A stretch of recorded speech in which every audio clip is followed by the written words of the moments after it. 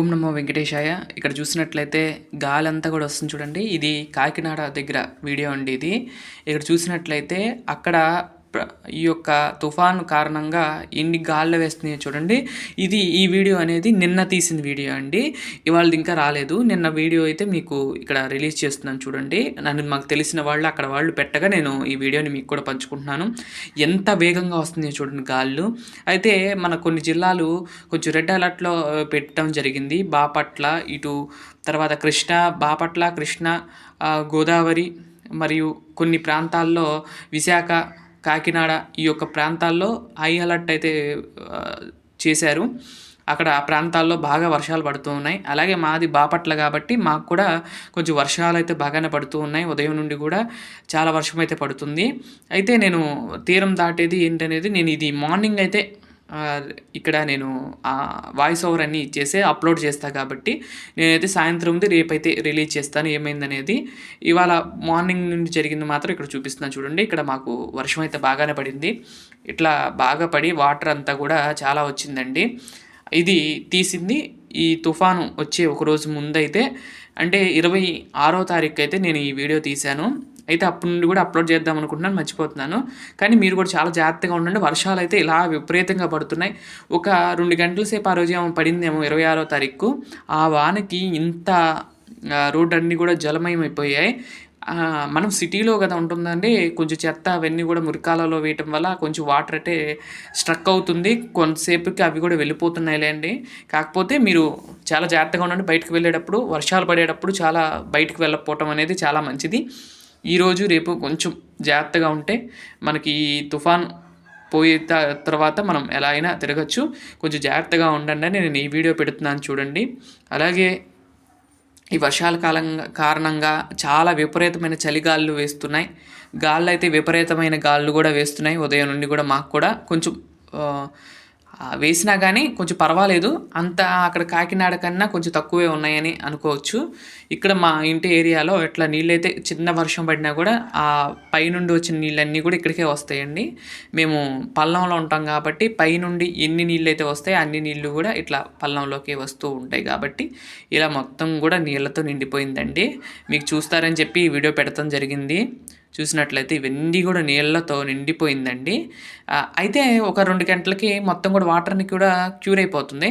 అంటే ఒక 2 గంటలు వర్షం పడింది అనుకోండి, ఇంకో 2 గంటల్లో ఆగితే మొత్తం కూడా నీళ్ళు కూడా వెళ్ళిపోతాయి మాకు. అదేంటో కానీ అంటే పల్లం కదండి, ఇంకా పల్లానికి వెళ్ళిపోతాయి. ఇంకా మైలు దాటినాక కొంచెం పొలాలు వస్తాయి. పొలాలు దాటిన తర్వాత ఒక కాలువ వస్తుంది, ఆ కాలువలోకి వెళ్ళిపోతాయి కాబట్టి పెద్ద ఇవైతే ఉండవు. అంటే ఉధృత అనేది ఉండదు ఎక్కువ, ఎప్పటికప్పుడు వెళ్ళిపోతాయి కాబట్టి.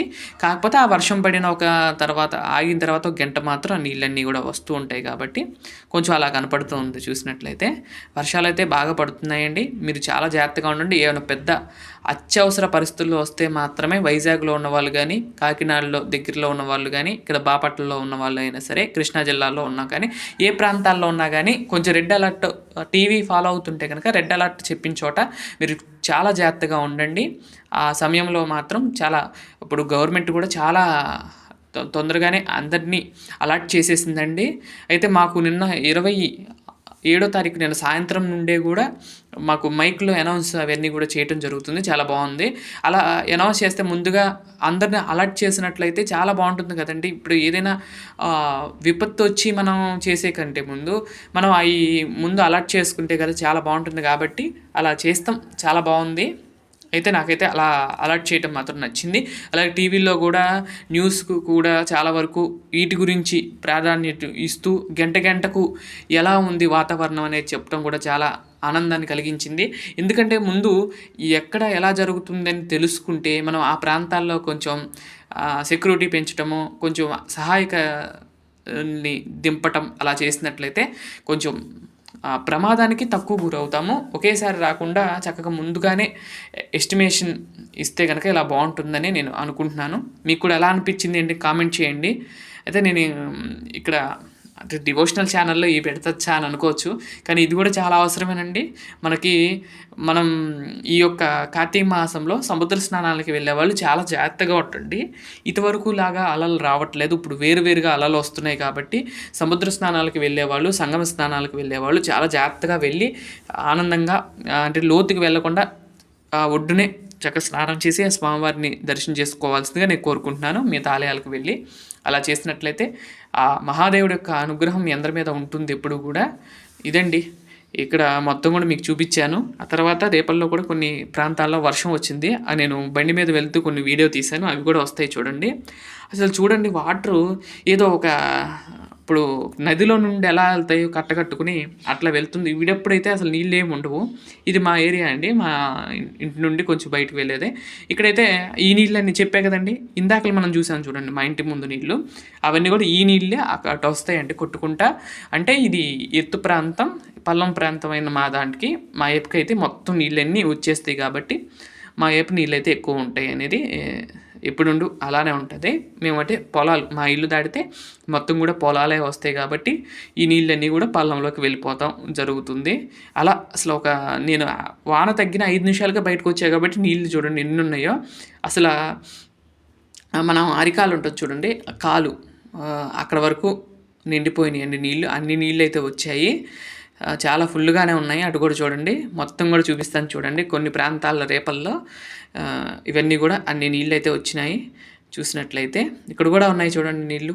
అంటే ఎంత బాగా వర్షం పడిందో అర్థం చేసుకోండి. ఆ రోజు చాలా బాగా పడింది. ఆ తర్వాత కొద్దిసేపటికి ఎండ వచ్చేసింది. మళ్ళీ మధ్యాహ్నం నుండి మళ్ళీ మామూలేనండి వర్షము. ఏంటండి వర్షాలు మనం ఇలా పడుతున్నాయి ఏంటో అర్థం కావట్లేదు, కానీ ఎప్పుడు పడుతూనే ఉంటున్నాయండి. ఎప్పుడు పడుతుందో తెలియట్లేదు, ఎప్పుడు ఎండ వస్తుందో తెలియట్లేదు. చాలా ఇబ్బందిగా ఉంది. అవి ఇక్కడ చూడండి, ఇంకా లోతు ఎక్కువ ఉంటుంది. ఇక్కడ చాలా నీళ్ళు అయితే ఇక్కడ నిలబడినాయి. అంటే అది హైటు మధ్యలో మాత్రం పల్లము. ఇక్కడ చూడండి నీళ్ళు చూడండి ఎన్ని ఉన్నాయి అసలు. అటు ఇటు కానీ ఫుల్గా ఉన్నాయండి నీళ్ళు అసలు.